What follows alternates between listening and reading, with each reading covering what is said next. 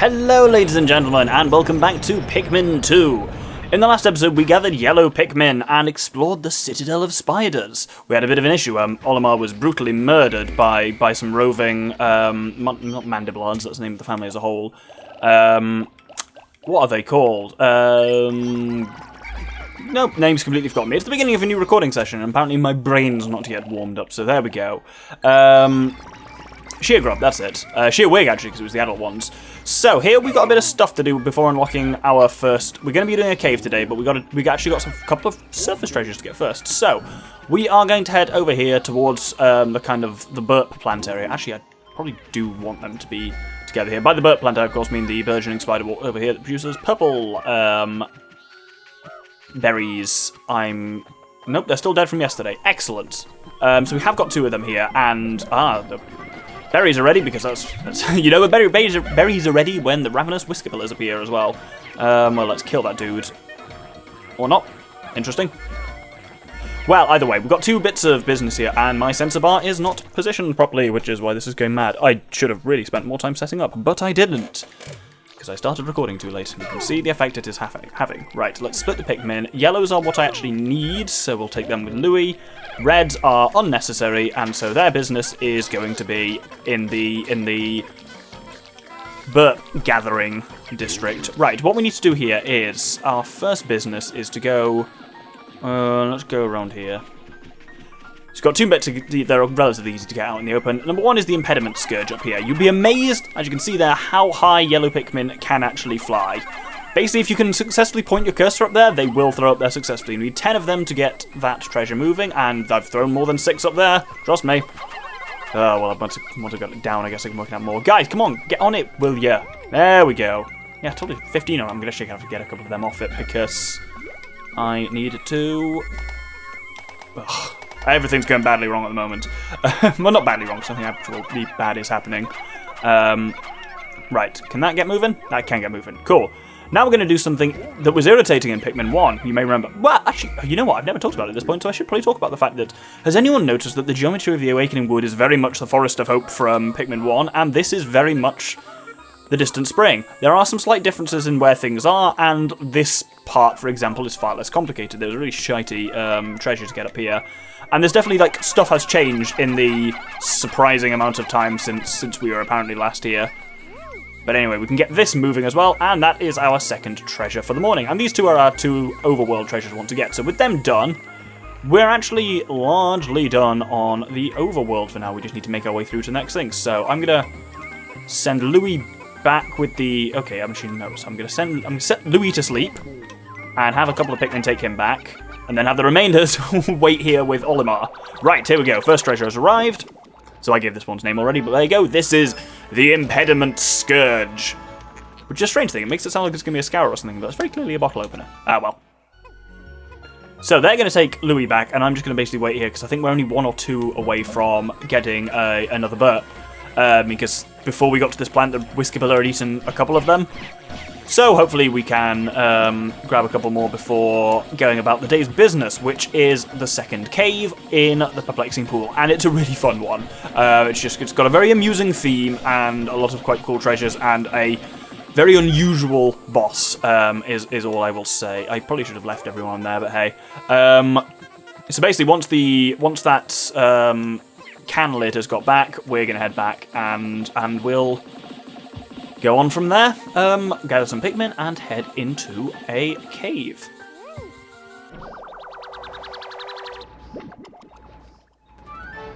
So this thing, the lid from a pickle jar, is indeed the Gherkin Gate, which is a great name. Right, we're actually done here, so we can walk everyone back. It's slightly quicker if they carry all of them back, but obviously that only works when you have 4 or less Pikmin, because then otherwise the rest of them have to get back somehow. These ones should get us 1 additional burp, and 3 is great, because basically I only tend to use...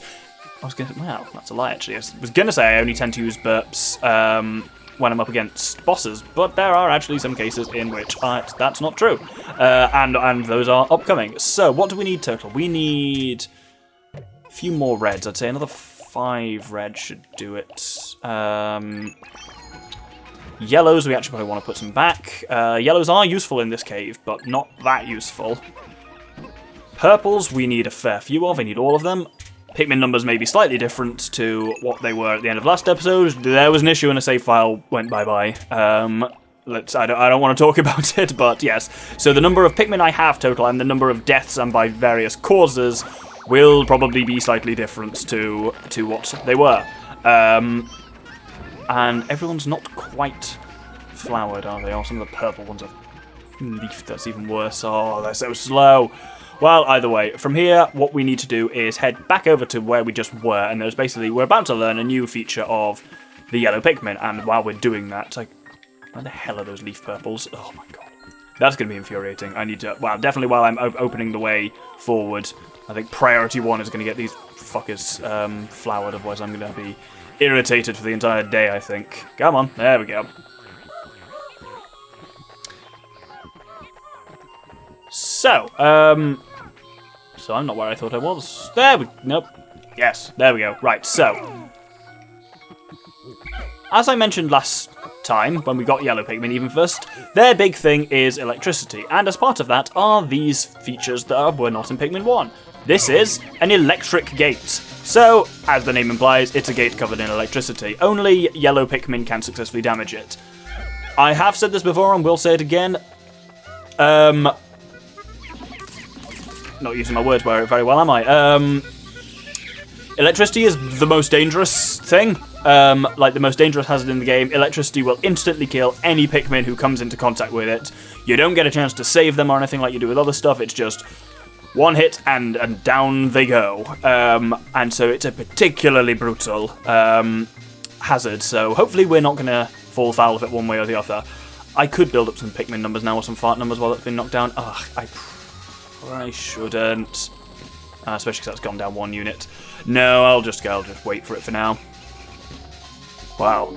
Yeah, electric gates tend to take a long time to knock down, and we'll encounter that next episode as well. Oh, there's a thing through here anyway, so I could have got some nectar. Oh, wow. Interesting. My odor detectors aren't reacting. A strong scent wafts from that hole. I am a machine, so rating sense is beyond me, but your faces tell me all I need to know. You are both drooling. I wish just once I could feel what it is like to drool. What a strange creature he is. Anyway, with that, we have a new one. It has only electric hazards in, which might seem strange that I'm only bringing 25 Pikmin, but they're actually pretty uncommon, and any more than that is unwieldy. Time to enter Glutton's Kitchen. I love this name, and I love this dungeon.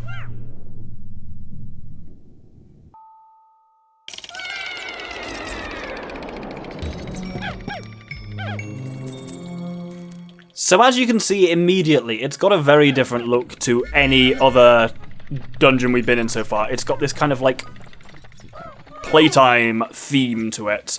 But my approach is going to be very similar to like any other dungeon. You, come with me. Oh, don't take the reds. I don't want the reds. Basically, I'm going to go and take out enemies first, and the main enemies here are these spotty bull bears. And so these, I believe, I'll check in the Piclopedia later, but I think these, oh, firstly, the exit's right here. This is a thing you notice a bit more with some of the later game dungeons, is actually that getting to the next level is usually not necessarily, oh, no. There we go. Oh my god, guys, stop attacking so readily.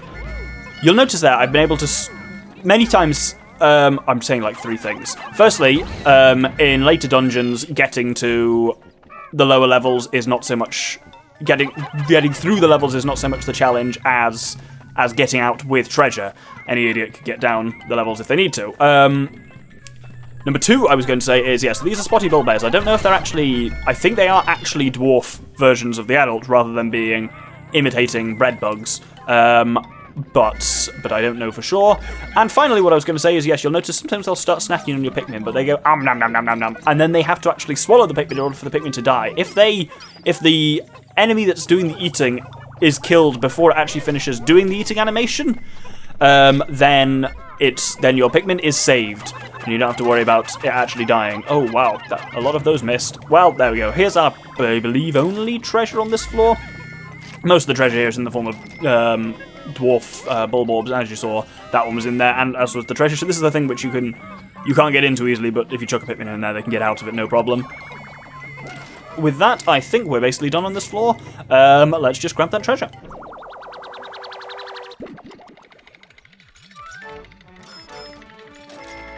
So, this is the paint. This is the Master's Instrument. It calls it Mario Paint's brand crayon, I guess. Maybe it's an American thing. I've certainly never seen such a thing. But that's it for this treasure floor. So, down we go. So this one continues the kind of the Toy Town theme and introduces one of the main elements of this dungeon. We've not seen them before in this game, but we saw, well, that was a grand total of one of them in Pikmin 1. And this is where purples are your friend again. This is a cloaking baronet that we've seen before, but the more important thing was the thing going over there. Oh, there we go. You know, so yeah, we grabbed the Pikmin, but we killed him before he finished the animation, so actually you're right. These fuckers are bread bugs. Bread bugs will start taking things back to their lair. The only real reliable way to damage a bread bug is to out-pull it. And pull the thing back to the onion instead. When it gets there, we'll see what it looks like. The excess pulling power of purple Pikmin, that's fun to say, is particularly good here, because they can easily outpull, like, as you see there, two of them is easily enough to outpull a bread bug. So you can technically trip up bread bugs if you hit them directly with the purple, but it's not easy to do. One should be able to outpull them there. Yep, there we go. So if you see their back legs going like that, it means they're being dragged against their will, which is what we want. And we do want to actually kill these bread bugs. And so you need to basically leave corpses around for them specifically, because they will try and take stuff back to their lair. They'll take treasures too. And when you defeat them, everything they've taken back to their lair will pop out of their lair, and that can include treasures for the floor. But I'm just aware that... Right, let's try and speed this guy along a bit. Obviously, you just need enough Pikmin to outpull them, and more Pikmin will outpull them faster. But obviously the ones that are on the sheer grubs can only have one Pikmin on them. But, there you go, that one there will have seen it, but I missed it. You get slammed into the onion head first, and it deals them a fair bit of damage. We might now be able to deal the final bit of damage just by hitting him. It's a bit variable whether you can pull that off or not. Well, let's see what he's going to do. With this one, at least, if we watch him... There you go. It's annoying that it does like almost all of their hit points in one. But yeah, they have the pulling power of about 2 or 3 Pikmin, so one on a sheer grub won't be able to outpull them, but some purples will. So this is where another of the many cases in this game in which purple Pikmin are your best friend ever. Right, I'm going to follow this guy, and as soon as he tries to pick something up, I'm going to take him down. Oh, that one's actually died. Brilliant. So this guy's probably going to try and grab his friend's corpse, which is pretty fucked up. So you heard that sound was something emerging from his hideout, wherever it was. We'll get to that in a second. I think it was that there. Or was that always there? I don't know. Either way, come on. Grab your man's corpse. Well, I'll keep people around here for it. You spend a lot of this particular sub-level just kind of following bread bugs around and waiting for them to grab shit. And that is a recurring theme throughout this dungeon, so remember that for when we get a little deeper down. That guy is now dealt with. He says, oh, okay, I just killed him straight up there. That's what I mean, like a swift hit to the head with the purple will do him in, but you have to hit him directly. Cool, okay, right, that's actually all the bread bugs dealt with, which I believe is actually... I don't think there's really any enemies on this floor other than the... what's it called? What is it called? The cloaking baronet we saw near the beginning, so... Now I'm just going to do a quick sweep around for additional stuff, and then actually start getting some of the treasures. Because I know there's a treasure up here. Oh, no. Shearwig. Not Shearwig, Sheer... Grub. That's it, Shearwigs are the flying ones. They're the ones that can actually fuck you up. That guy they can hurt Pikmin, but they can't really do much, whereas I can... Boy, can I tell you from bitter experience how they can fuck up a full-on captain. And you all saw it, I assume. So, we get a couple of guys on that. I thought there's normally a treasure up there, but it appears to have fallen off at some point. Oh well, there's a treasure. We'll get that moving. It appears to be a biscuit of some sort. Then there was another one that popped up somewhere over here.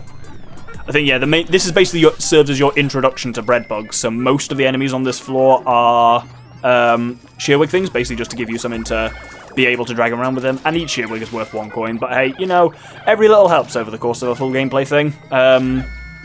I will be curious to see in the end how much, because I know exactly what the total number of treasures in the game is, and I'm curious to how much higher than that I am, because that tells me how many treasures I've got just due to insects and due to beasts being taken down. But with that done, I believe the treasures are on the way back, so we just need to find the exit, which I found already. I just need to actually find it again. So this for 25 Pocos is the Imperative Cookie. That's a great name. Some of these are very good, I'll give them that, certainly. Where's that jar of something? That was working its way over slowly. Oh, yep, it is working its way over slowly. Cool. Well, there's the way down for when we are ready. And I'll just see if I can fit any more people in that jar. I don't think I can. These guys are stuck on this... What is it? Oh, no, what's the name for it? This track thing. It had a name. Brio! Certainly that was what it's called in England. I don't know if Americans have a different name for it, but yeah, these like wooden track things that slotted together. They actually have rails on, at least the version I did have. Yeah, so we had like a wee train that you could just move along it, and then we had some real fancy ones. We had one that was pull back, so you like pull it back and put it and you go wee along for a little bit. And then there was also one that was battery powered, which was particularly posh. Anyway, the next and final treasure of the floor, a jar of Clapper Girl baking powder. That doesn't look real, but it is. It's the survival container. Yes, that's supposed to be something different. Interesting. My notes are wrong because my notes are based on the NTSC version. Anyway, we've got everything we need here, and we've lost no Pikmin yet, so let's head down to the next floor, which is dangerous, and we are going to lose some Pikmin. I'll be stunned if we lose no Pikmin over the entire course of Glutton's Kitchen. So, you can see immediately what our various issues are on this floor. There is nasty shit everywhere, and we're right in the middle of it here, and there aren't many safe places to be. So this is an enemy that's new in this game to us. This is a puffy blowhog, and so it blows your Pikmin around, which is just an irritant more than anything else. But if you have enough Pikmin, you just repeatedly lob it at them. My main concern with the puffy blowhog on this floor is that it will blow your Pikmin into something electric. Looks like we had a purple electrocuted there, which is pretty bad. They were the people I really didn't want to get electrocuted. Right. No!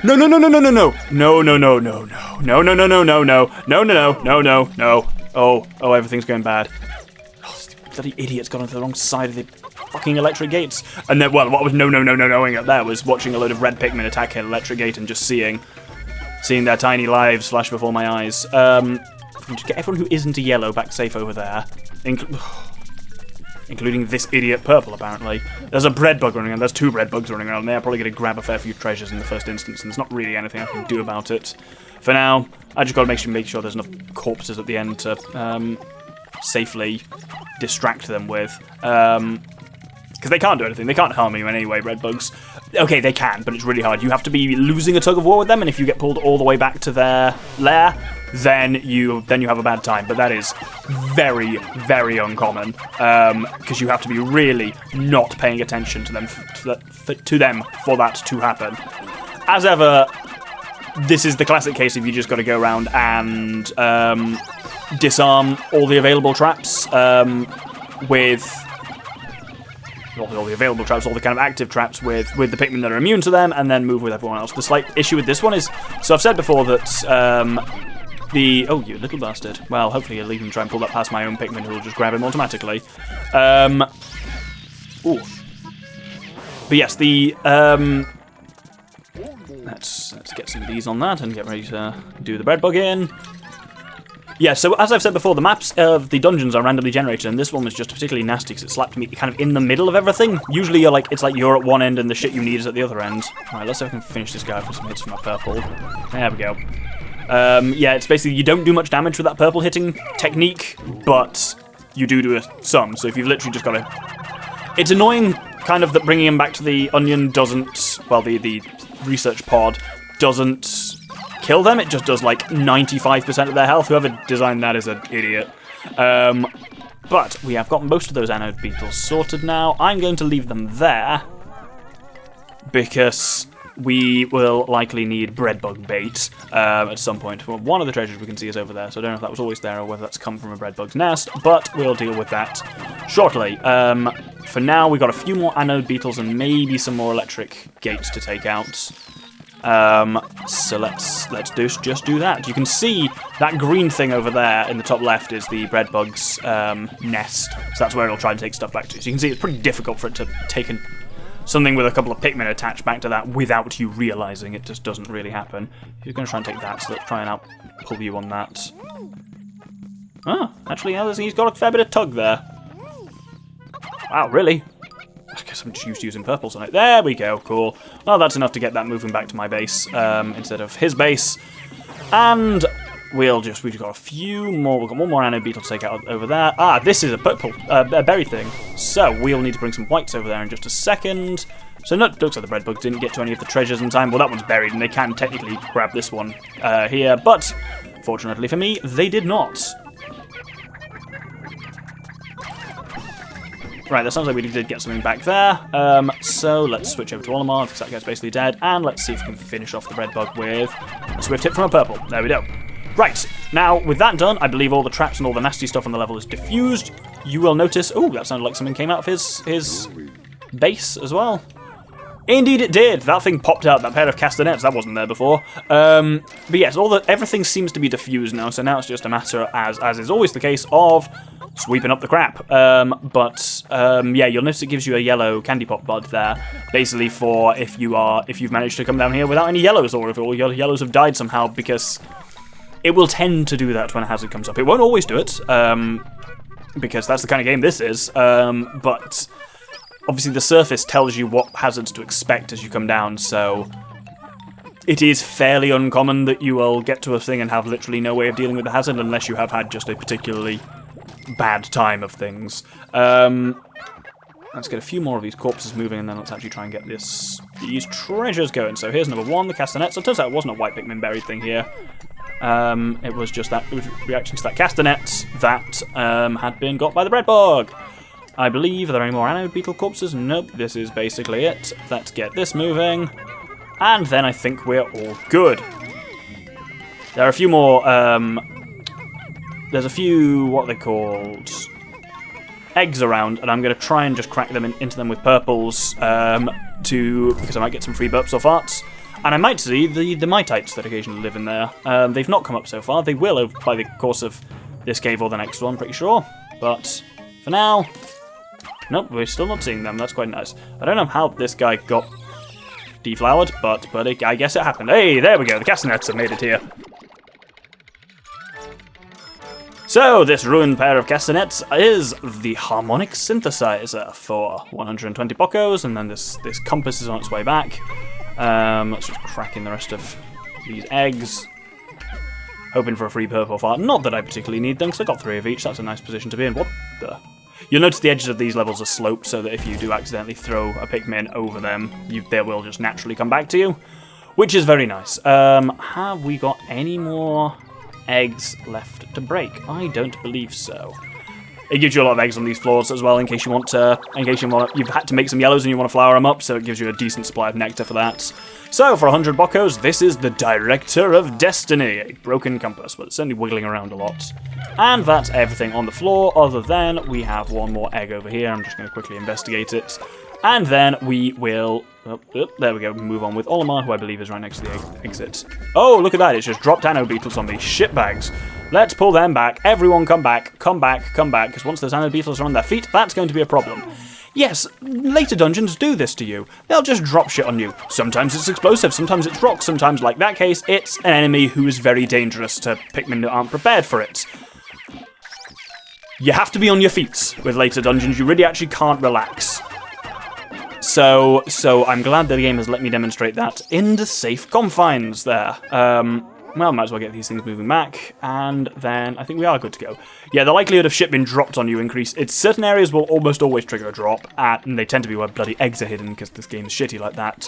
And generally, the longer you spend on a floor, the more the likelihood of bad shit being dropped on you is. It's one of very few incentives in this game to not dawdle, but generally there are few incentives to not dawdle. You should usually have the chance, other than overwhelming force of enemies, to be able to move pretty quickly, pretty thoroughly even, the opposite of quickly.